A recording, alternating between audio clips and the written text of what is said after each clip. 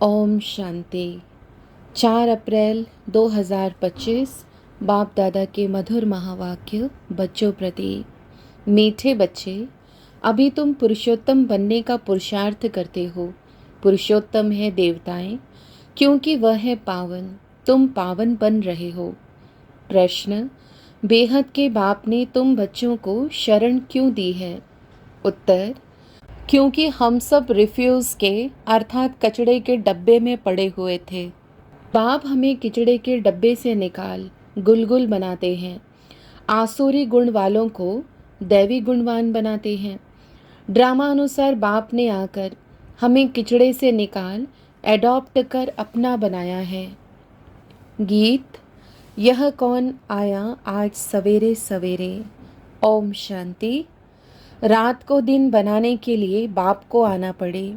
अभी तुम बच्चे जानते हो कि बाप आया हुआ है। पहले हम शूद्र वर्ण के थे, शुद्र बुद्धि थे।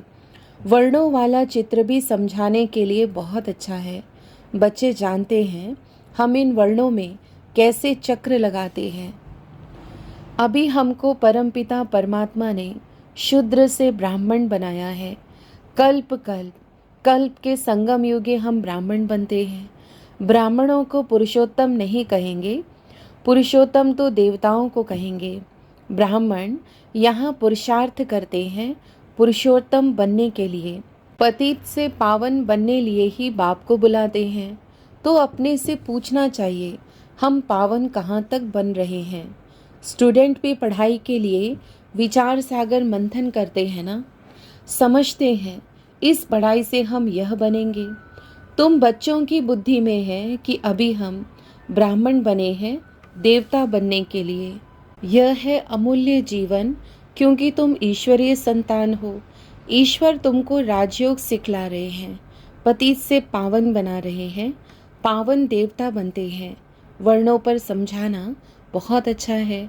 सन्यासी आदि इन बातों पर नहीं ठहरेंगे। बाकी 84 जन्मों का हिसाब समझ सकते हैं। यह भी समझ सकते हैं कि हम सन्यास धर्म वाले 84 जन्म नहीं लेते हैं। इस्लामी बौद्धी आदि भी समझेंगे हम 84 जन्म नहीं लेते हैं। हाँ, पुनर्जन्म लेते हैं, परंतु कम। तुम्हारे समझाने से झट समझ जाएंगे। समझाने की भी युक्ति चाहिए। तुम बच्चे यहाँ सम्मुख बैठे हो तो बाबा बुद्धि को रिफ्रेश करते हैं। जैसे और बच्चे भी यहाँ आते हैं रिफ्रेश होने के लिए। तुमको तो रोज़ बाबा रिफ्रेश करते हैं कि यह धारणा करो, बुद्धि में यही ख्याल चलता रहे हम 84 जन्म कैसे लेते हैं, कैसे शूद्र से ब्राह्मण बने हैं। ब्रह्मा की संतान ब्राह्मण। अब ब्रह्मा कहाँ से आए? बाप बैठ समझाते हैं हम इनका नाम ब्रह्मा रखते हैं। यह जो ब्रह्मा कुमार कुमारियाँ हैं यह फैमिली हो गए तो जरूर एडॉप्टेड हैं। बाप ही एडॉप्ट करेंगे, उनको बाप कहा जाता है, दादा नहीं कहेंगे। बाप को बाप ही कहा जाता है। मिल्कियत मिलती ही बाप से है। कोई चाचा मामा व बिरादरी वाला भी एडॉप्ट करते हैं। जैसे बाप ने सुनाया था, एक बच्ची किचड़े के डब्बे में पड़ी थी। वह कोई ने उठाए जाकर किसके गोद में दी, क्योंकि उनको अपना बच्चा नहीं था। तो बच्ची जिनकी गोद में गई उनको ही मम्मा बाबा कहने लग पड़ेगी ना। यह फिर है बेहद की बात। तुम बच्चे भी जैसे बेहद के किचड़े के डिब्बे में पड़े थे, विषय वैतरणी नदी में पड़े थे, कितने गंदे हुए पड़े थे। ड्रामा अनुसार बाप ने आकर उस किचड़े से निकाल तुमको एडॉप्ट किया है। तमो प्रधान को किचड़ा ही कहेंगे ना। आसुरी गुण वाले मनुष्य हैं देह अभिमानी। काम क्रोध भी बड़े विकार है ना। तो तुम रावण के बड़े रिफ्यूज में पड़े थे, वास्तव में रिफ्यूजी भी हो। अब तुमने बेहद के बाप की शरण ली है, रिफ्यूज से निकल गुलगुल देवता बनने। इस समय सारी दुनिया रिफ्यूज के बड़े डिब्बे में पड़ी है। बाप आकर तुम बच्चों को किचड़े से निकाल अपना बनाते हैं, परंतु किचड़े के रहने वाले ऐसे हीरे हुए हैं जो निकालते हैं फिर भी किचड़ा ही अच्छा लगता है। बाप आकर बेहद के किचड़े से निकालते हैं, बुलाते भी हैं कि बाबा आकर हमको गुलगुल बनाओ, कांटों के जंगल से निकाल फ्लावर बनाओ, खुदाई बगीचे में बिठाओ। अब असुरों के जंगल में पड़े हैं, बाप तुम बच्चों को गार्डन में ले चलते हैं। शूद्र से ब्राह्मण बने हैं, फिर देवता बनेंगे। यह देवताओं की राजधानी है, ब्राह्मणों की राजाई है नहीं। भल पांडव नाम है, परंतु पांडवों को राजाई नहीं है। राजाई प्राप्त करने के लिए बाप के साथ बैठे हैं। बेहद की रात अब पूरी हो, बेहद का दिन शुरू होता है। गीत सुनाना, कौन आया सवेरे सवेरे। सवेरे सवेरे आते हैं रात को मिटाए दिन बनाने, अर्थात स्वर्ग की स्थापना, नरक का विनाश कराने। यह भी बुद्धि में रहे तो खुशी हो। जो नई दुनिया में ऊंच पद पाने वाले हैं, वह कभी अपना आसुरी स्वभाव नहीं दिखाएंगे। जिस यज्ञ से इतना ऊंच बनते हैं, उस यज्ञ की बहुत प्यार से सेवा करेंगे। ऐसे यज्ञ में तो हड्डियां भी दे देनी चाहिए। अपने को देखना चाहिए, इस चलन से हम ऊंच पद कैसे पाएंगे। बेसमझ छोटे बच्चे तो नहीं है ना, समझ सकते हैं राजा कैसे, प्रजा कैसे बनते हैं। बाबा ने रथ भी अनुभवी लिया है, जो राजाओं आदि को अच्छी रीति जानते हैं। राजाओं के दास दासियों को भी बहुत सुख मिलता है, वह तो राजाओं के साथ ही रहते हैं, परंतु कहलाएंगे तो दास दासी। सुख तो है ना, जो राजा रानी खाए वह उनको मिले। बाहर वाले थोड़े ही खा सकते हैं। दासियों में भी नंबरवार होती हैं, कोई श्रृंगार करने वाली, कोई बच्चों को संभालने वाली, कोई झाड़ू आदि लगाने वाली। यहाँ के राजाओं को इतने दास दासियां हैं, तो वहाँ कितने ढेर होंगे। सब पर अलग अलग अपनी चार्ज होती है। रहने का स्थान अलग होगा, वह कोई राजा रानी जैसे सजाया हुआ नहीं होगा। जैसे सर्वेंट क्वार्टर होते हैं ना, अंदर आएंगे जरूर, परंतु रहते सर्वेंट क्वार्टर्स में हैं। तो बाप अच्छी रीति समझाते हैं, अपने पर रहम करो। हम ऊंचे ते ऊंच बने, हम अभी शूद्र से ब्राह्मण बने हैं। अहो सौभाग्य, फिर देवता बनेंगे। यह संगम युग बहुत कल्याणकारी है। तुम्हारी हर बात में कल्याण भरा हुआ है।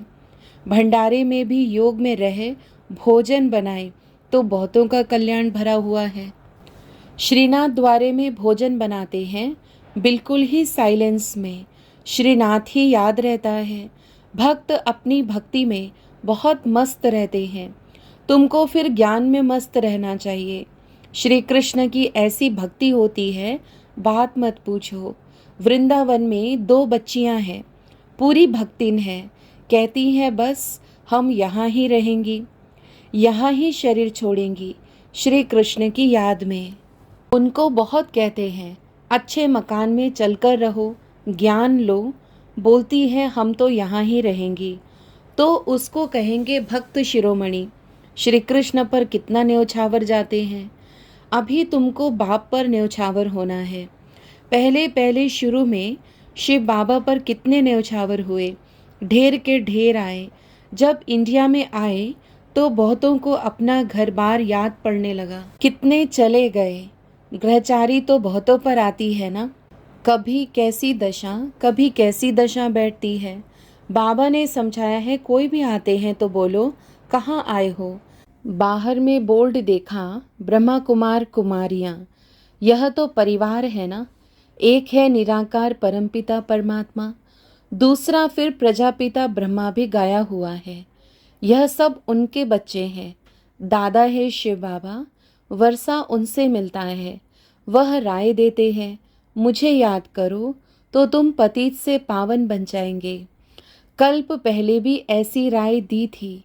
कितनी ऊंची पढ़ाई है, यह भी तुम्हारी बुद्धि में है। हम बाप से वर्षा ले रहे हैं। तुम बच्चे मनुष्य से देवता बनने की पढ़ाई पढ़ रहे हो। तुम्हें जरूर दैवी गुण धारण करने हैं। तुम्हारा खान पान, बोल चाल कितना रॉयल होना चाहिए। देवताएं कितना थोड़ा खाते हैं, उनमें कोई लालच थोड़े ही रहता है। 36 प्रकार के भोजन बनते हैं, खाते कितना थोड़ा है। खान पान की लालच रखना, इसको भी आसुरी चलन कहा जाता है। दैवी गुण धारण करने हैं तो खान पान बड़ा शुद्ध और साधारण होना चाहिए। परंतु माया ऐसी है जो एकदम पत्थर बुद्धि बना देती है, तो फिर पद भी ऐसा मिलेगा।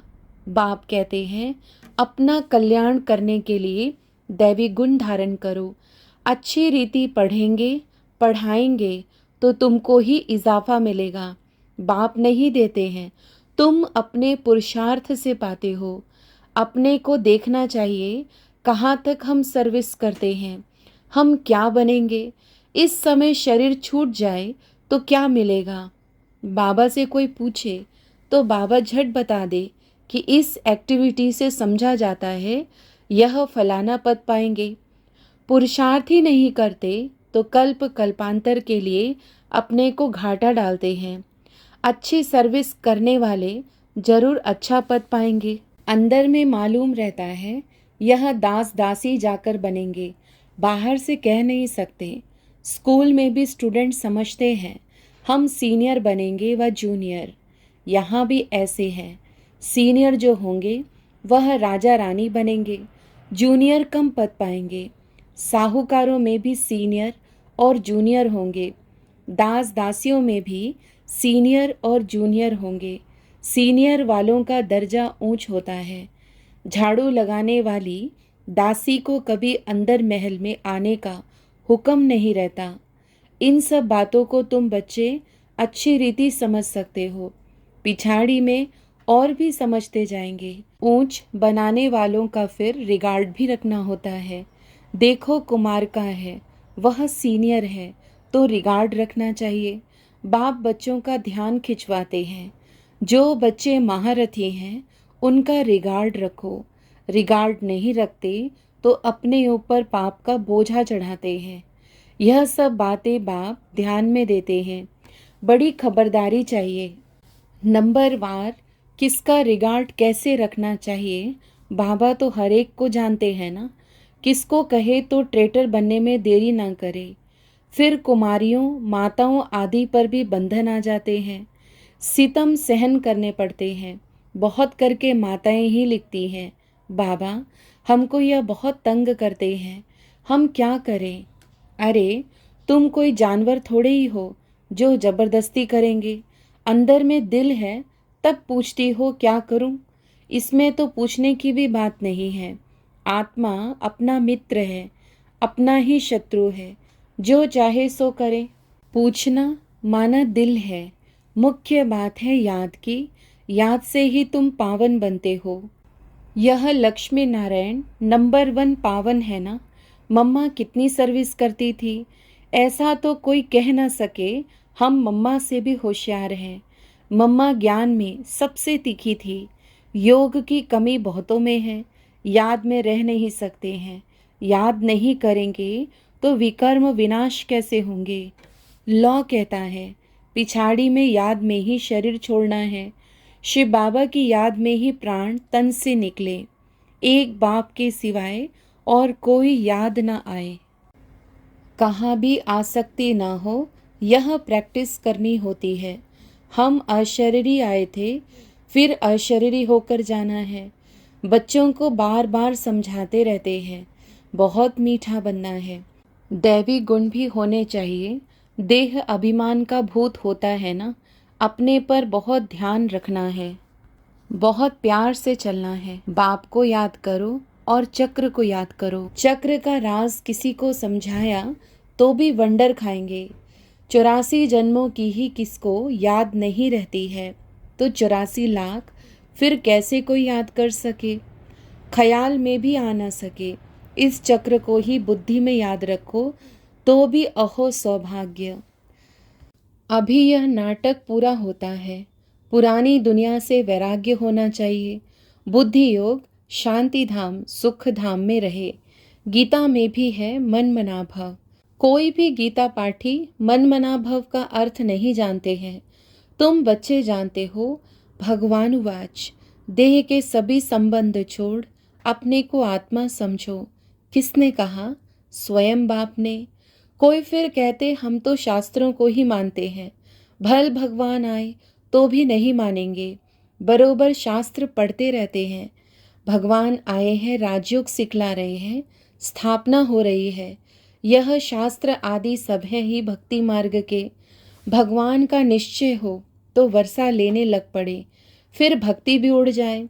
परंतु जब निश्चय हो ना, अच्छा, मीठे मीठे सिकीलदे बच्चों प्रति मात पिता बाप दादा का याद प्यार और गुड मॉर्निंग। रूहानी बाप की रूहानी बच्चों को नमस्ते। धारणा के लिए मुख्य सार। पहला, देवता बनने के लिए बहुत रॉयल संस्कार धारण करने हैं। खान पान बहुत शुद्ध और साधारण रखना है, लालच नहीं करनी है। अपना कल्याण करने के लिए दैवी गुण धारण करने हैं। दूसरा, अपने ऊपर ध्यान रखते सबके साथ बहुत प्यार से चलना है। अपने से जो सीनियर है उनका रिगार्ड जरूर रखना है। बहुत बहुत मीठा बनना है, दे अभिमान में नहीं आना है। वरदान, बीती हुई बातों को रहम दिल बन समाने वाले शुभ चिंतक भव। यदि किसी की बीती हुई कमजोरी की बातें कोई सुनाए तो शुभ भावना से किनारा कर लो। व्यर्थ चिंतन या कमजोरी की बातें आपस में नहीं चलनी चाहिए। बीती हुई बातों को रहमदिल बनकर संभालो। समाकर शुभ भावना से उस आत्मा के प्रति मनसा सेवा करते रहो। भले संस्कारों के वश कोई उल्टा कहता, करता या सुनता है तो उसे परिवर्तन करो। 1 से 2 तक, 2 से 3 तक ऐसे व्यर्थ बातों की माला ना हो जाए, ऐसा अटेंशन रखना अर्थात शुभ चिंतक बनना। स्लोगन, संतुष्ट मणि बनो तो प्रभु प्रिय, लोकप्रिय और स्वयं प्रिय बन जाएंगे। अव्यक्त इशारे, कंबाइंड रूप की स्मृति से सदा विजयी बनो। जैसे शरीर और आत्मा कंबाइंड है तो जीवन है। यदि आत्मा शरीर से अलग हो जाए तो जीवन समाप्त हो जाता। ऐसे कर्मयोगी जीवन अर्थात कर्म योग के बिना नहीं, योग कर्म के बिना नहीं, सदा कंबाइंड हो तो सफलता मिलती रहेगी। अच्छा, ओम शांति।